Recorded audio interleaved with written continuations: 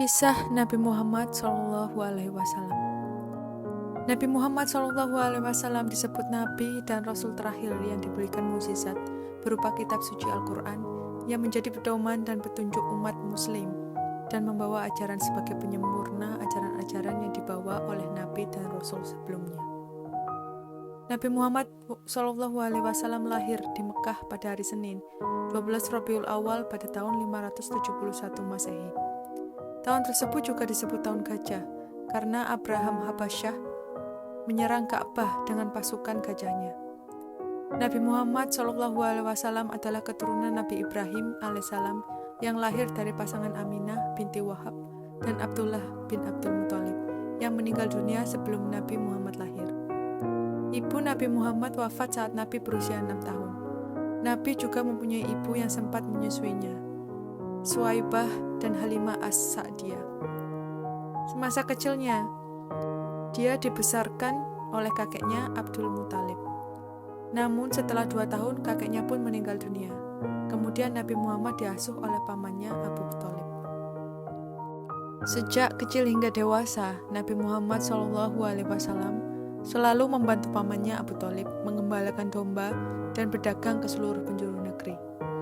Nabi Muhammad SAW dikenal sebagai pedagang yang sangat jujur dan amanah. Oleh karena itu, dia diberi gelar Al-Amin yang berarti terpercaya. Bahkan pada suatu masa, beliau dipercaya untuk meletakkan kembali Hajar Aswad saat Ka'bah dalam perbaikan. Khadijah. Ketika Nabi berusia 25 tahun, dia melakukan perjalanan dagang ke negeri Syam. Dan disinilah Nabi Muhammad SAW bertemu dengan cinta dalam hidupnya, Khadijah. Khadijah adalah seorang wanita cantik dan mulia yang berasal dari keluarga kaya raya. Saat itu Khadijah mencari seseorang yang jujur untuk menjalankan bisnisnya. Seseorang memperkenalkannya kepada Nabi Muhammad SAW. Khadijah mengetahui bahwa meskipun seorang yatim piatu dan miskin, namun dia dikenal luas sebagai orang yang paling jujur, bekerja keras, dan sangat amanah. Nabi Muhammad segera mulai bekerja untuknya dan banyak kegiatan perdagangan yang melibatkan mereka berdua setelah itu. Tidak membutuhkan waktu lama untuk Khadijah merasa tertarik kepada Nabi Muhammad SAW. Khadijah mengutus seorang sahabatnya yang bernama Nafisah binti Umayyah untuk menyampaikan keinginannya melamar Nabi Muhammad. Nabi Muhammad SAW pun menyampaikan kabar gembira ini kepada pamannya. Segera mereka mendatangi rumah Walid bin As'ad untuk melamar Khadijah dan segera melaksanakan pernikahan. Nabi menikahi Khadijah saat berumur 28 tahun, sedangkan Khadijah berumur 40 tahun. Perbedaan umur tersebut tidak menghalangi kebahagiaan keduanya. Khadijah dan Rasulullah SAW dikaruniai putra dan putri, di antaranya Zainab, Ruqayyah, Kulsum, dan Fatimah, dan 2 orang putra Qasim dan Abdullah yang meninggal dunia saat mereka masih kecil. Wahyu pertama. Sebelum menjadi Rasul, tanda kenabian Nabi Muhammad sudah terlihat. Seperti wajahnya terlihat bersinar, dan dia juga selalu diikuti oleh awan untuk menaunginya, sehingga dia selalu merasa sejuk dan nyaman. Hal ini nyatanya menjadi pertanda kebesaran Allah Subhanahu wa Ta'ala yang menandakan akan datangnya Nabi terakhir dengan kedudukan tertinggi sampai akhir zaman. Saat Nabi Muhammad SAW mendekati usia 40 tahun, Nabi memiliki kebiasaan mengasingkan diri di sebuah gua di Gua Hira yang tak jauh dari Mekah. Beliau biasa berdoa dan bermeditasi di dalam gua ini. Pada salah satu malam, Allah Subhanahu wa Ta'ala mengutus malaikat Jibril untuk menampakkan diri di hadapannya. Nabi Muhammad SAW sangat takjub dengan penampakan malaikat sampai tubuhnya gemetaran. Malaikat Jibril menurunkan wahyu pertama untuk Nabi, yaitu surat Al-Alaq ayat 1-4. Nabi mengulangi kalimat-kalimat tersebut dalam perjalanan pulang ke rumah. Begitu masuk ke dalam rumah, beliau berkata kepada istrinya, "Selimuti aku, selimuti aku." Segera istrinya membungkus beliau dengan handuk, sampai rasa takutnya hilang. Dia menjelaskan kepada istrinya apa yang telah terjadi. Keesokan harinya, Khadijah menceritakan hal itu kepada sepupunya yang merupakan ahli kitab Taurat dan Injil. Dia berkata bahwa hal ini adalah hal yang sama yang datang kepada Nabi Musa alaihissalam. Muhammad akan menjadi nabi bagi umatnya. sang ahli kitab berkata, "Katakanlah hal ini kepada Muhammad dan mintalah dia untuk menjadi pemberani." Nabi terus-menerus menerima firman Allah Subhanahu wa Ta'ala selama sisa hidupnya. Semua firman Allah yang didapatkan ditulis oleh para sahabatnya di atas kulit domba. Nabi mulai berdakwah kepada keluarga dan teman-teman dekatnya. Wanita pertama yang menyatakan beriman kepada Allah adalah istri beliau, Khadijah. Setelah itu menyusul Ali bin Abi Thalib, saudara sepupu sekaligus anak asuh Nabi yang masih berusia 10 tahun. Kemudian Abu Bakar, sahabat Nabi Muhammad sejak kecil. Nabi Muhammad SAW akhirnya memulai dakwahnya secara terang-terangan yang mendapatkan pertentangan oleh kaum Quraisy. Bahkan beberapa orang menuduh Nabi Muhammad gila dan melemparkan kotoran ke tubuh Nabi Muhammad. Abu Jahal dan Abu Lahab sebagai pamannya sendiri bahkan juga ikut menentang Nabi saat berdakwah. Keduanya bahkan sempat mengintimidasi pengikutnya agar meninggalkan Nabi. Mereka khawatir jika ajaran dari Nabi Muhammad SAW hanya bisa merusak agama nenek moyang mereka. Hijrah ke Abisinia dan pemboikotan. Kemarahan kaum Quraisy tidak mengenal batas. Muhammad menjadi sasaran penghinaan, kekerasan, penganiayaan, bahkan mereka berencana untuk membunuhnya. Atas saran dari Nabi Muhammad SAW, kaum muslimin terpaksa harus pergi ke Abisinia atau Kekaisaran Ethiopia untuk mencari perlindungan. Mereka disambut baik oleh raja dan rakyatnya.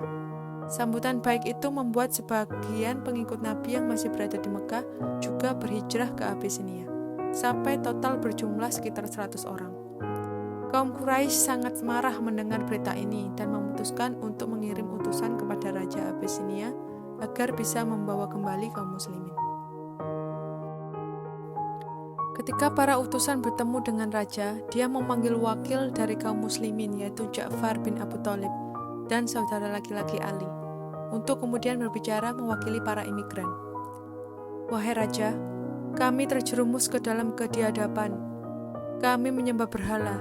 Kami mengabaikan segala sesuatu dan kami tidak memiliki hukum. Kemudian Allah Subhanahu wa Ta'ala membangkitkan seorang laki-laki di antara kami yang suci dan jujur. Dia mengajarkan kami untuk menyembah Allah dan melarang kami menyembah berhala. Dia mengajarkan kami untuk berkata benar dan setia. Kami percaya kepadanya dan kami telah menerima ajarannya. Para pengikutnya dianiaya, memaksa kita kembali menyembah berhala lagi.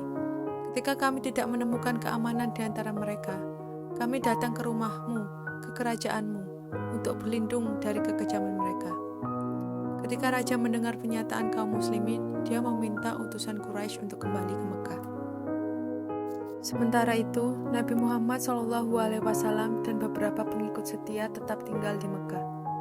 Menderita kesengsaraan dan penindasan, namun jumlah kaum muslimin masih terus meningkat.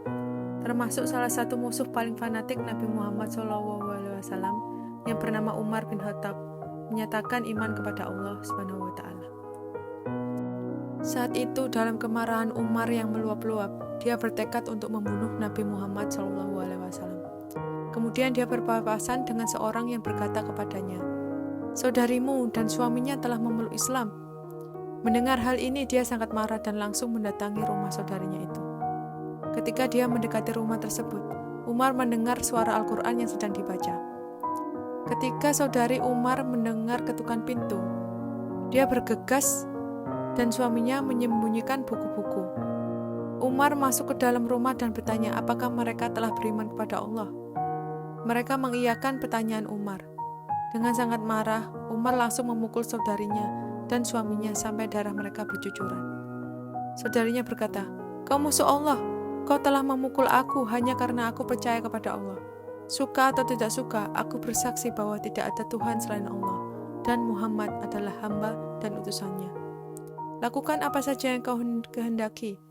Umar melihat darah mengalir di wajah saudarinya dengan kata-katanya yang menggema di telinganya. Seketika itu dia menyesal dengan apa yang dia lakukan. Bergegas Umar pergi menuju Nabi Muhammad SAW dan kemudian menyatakan beriman kepada Allah. Nabi sangat gembira dan berseru bahwa Allah Maha Besar. Pertobatan Umar berpengaruh besar bagi masyarakat Mekah. Semakin banyak orang yang mengikuti Nabi Muhammad SAW. Kaum Quraisy membuat kehidupan Nabi semakin sulit sehingga mereka melakukan pemboikotan total. Siapapun dilarang untuk berhubungan dalam hal apapun dengan Nabi Muhammad SAW dan pengikutnya, termasuk hubungan dagang dan alur distribusi makanan. Nabi dan pengikutnya terpaksa meninggalkan Mekah karena pemboikotan tersebut. Larangan terhadap keluarga Nabi dicabut setelah 3 tahun, dan beliau kembali ke Mekah. Isra Mi'raj. Pada tahun berikutnya, paman Nabi, Abi Thalib, dan istrinya, Khadijah, meninggal dunia. Nabi sangat berduka telah kehilangan 2 orang tercinta dalam hidupnya. Allah Subhanahu wa Ta'ala menghiburnya dengan mengirimnya dalam sebuah perjalanan ketakwaan yang disebut Isra Mi'raj. Malam itu, Nabi Muhammad SAW dibangunkan oleh malaikat Jibril. Kedatangan malaikat Jibril untuk mengantar Nabi agar menaiki Buraq. Buraq adalah sejenis hewan yang lebih tinggi dari himar atau keledai dan lebih pendek dari bagal. Buraq ini memiliki sayap dan berwarna putih susu. Nabi Muhammad SAW mengendarainya dan berangkat ke Baitul Maqdis di Yerusalem. Bagian dari perjalanan ini disebut Al-Isra. Setelah turun dari hewan tersebut, Nabi memasuki Masjidil Aqsa dan berdoa. Beliau kemudian melihat para pendahulunya, Nabi Musa alaihissalam, Isa alaihissalam, dan Ibrahim alaihissalam berdiri di hadapannya. Nabi kemudian melanjutkan untuk memimpin mereka dalam sholat. Nabi Muhammad SAW kemudian menaiki Buraq itu lagi dan berangkat melesat melewati langit dunia menuju Sidratul Muntaha. Kenaikan ini dikenal dengan nama Al-Mi'raj. Pada titik perjalanan ini, Allah memberikan firman-Nya secara langsung kepada Nabi, yaitu ayat-ayat terakhir dari surat Al-Baqarah. Selama perjalanan ini, Allah memberikan perintah sholat yang menjadi titik penting perjalanannya. Isra dan Mi'raj adalah bukti kekuasaan Allah bahwa Dia mampu melampaui segalanya tanpa terbatas ruang dan waktu. 3 tahun setelah Khadijah meninggal dunia, Nabi Muhammad SAW menikahi Aisyah. Aisyah adalah putri dari Abu Bakar. Pernikahan antara Rasulullah dan Aisyah merupakan perintah Allah melalui mimpi. Aisyah tidak memiliki keturunan dari Rasulullah, namun Aisyah menjadi orang yang paling disayang oleh Nabi Muhammad SAW, sampai para sahabat merasakan cinta yang kuat dari Nabi Muhammad kepadanya. Hijrah ke Madinah. Kaum Quraisy sangat marah melihat perkembangan Islam yang pesat di Mekah dan sekitarnya.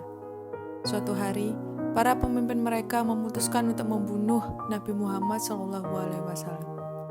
Mereka menyusun sebuah rencana. Para kaum Quraisy memilih 1 orang dari setiap suku, dan mereka semua berencana untuk menyerang Nabi dalam waktu yang bersamaan. Seorang malaikat memberitahu Nabi tentang rencana mereka dan memintanya untuk segera meninggalkan Mekah. Bersama Abu Bakar, Nabi Muhammad SAW segera pergi ke selatan Mekah, ke sebuah gua di Gunung Saur. Setelah tinggal di sana selama 3 malam, mereka melakukan perjalanan menuju Madinah.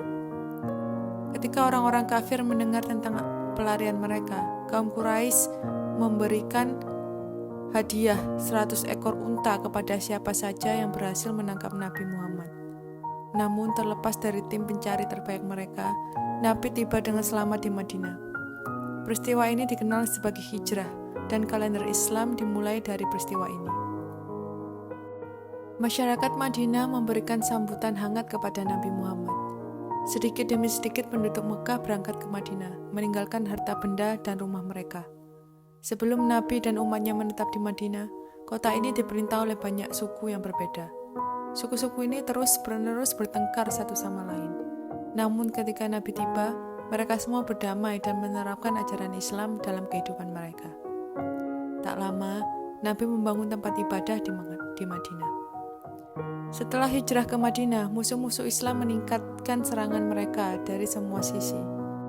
Setelah Perang Badar dan Perang Uhud, perselisihan masih terus terjadi sampai akhirnya orang-orang Mekah dan kaum muslimin sepakat membuat perjanjian Hudaybiyah untuk menjaga perdamaian dan untuk mengamati netralitas dalam konflik mereka dengan pihak ketiga. Secara garis besar, perjanjian tersebut berisi 1. Tidak ada peperangan dalam jangka waktu 10 tahun. Yang kedua adalah siapapun secara bebas diperbolehkan untuk mengikuti Nabi Muhammad ataupun kaum Quraisy. Yang ketiga, kaum muslimin harus kembali ke Madinah pada tahun itu tanpa melakukan ibadah haji, tetapi mereka dapat melakukan pada tahun berikutnya ketika suku Quraisy mengosongkan kota Mekah untuk mereka selama 3 hari. Kembalinya Nabi Muhammad ke Mekah. Kaum Quraisy melanggar perjanjian tersebut dengan kembali menyerang Nabi dan pengikutnya di Madinah. Nabi Muhammad SAW didukung banyak kaum muslimin dari penjuru negeri.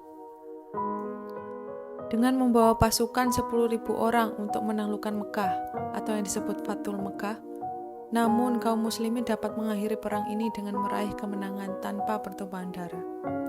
Kaum Quraisy dan penduduk Mekah yang telah menindas Nabi Muhammad SAW dan para pengikutnya tanpa henti selama 21 tahun, berpikir adanya pembalasan yang mengerikan. Tetapi pada saat kekalahan mereka, Nabi memberi ampunan kepada mereka dengan berkata, "Pergilah, kau bebas." Nabi Muhammad SAW menyingkirkan semua berhala di dalam dan di sekitar Ka'bah dengan mengatakan, "Kebenaran telah datang dan kebatilan telah lenyap."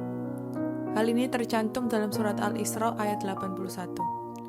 Dan azan pun dikumandangkan di tempat suci ini. Suatu hari, Nabi Muhammad SAW jatuh sakit selama 15 hari. Namun, beliau tetap memimpin sholat hingga 3 hari sebelum wafatnya. Nabi Muhammad SAW mengembuskan nafas terakhirnya di usia 63 tahun pada tanggal 12 Rabiul Awal tahun 11 Hijriah. Setelah kematiannya, para tetua kaum muslimin menunjuk ayah pertua Nabi Muhammad, yaitu Abu Bakar, sebagai pemimpin baru. Dia menjadi khalifah pertama sebagai penerus. Setelah itu dilanjutkan Umar bin Khattab dan Utsman bin Affan. Kaum muslimin berkembang pesat pada para pengikutnya membawa pesan Islam ke seluruh dunia.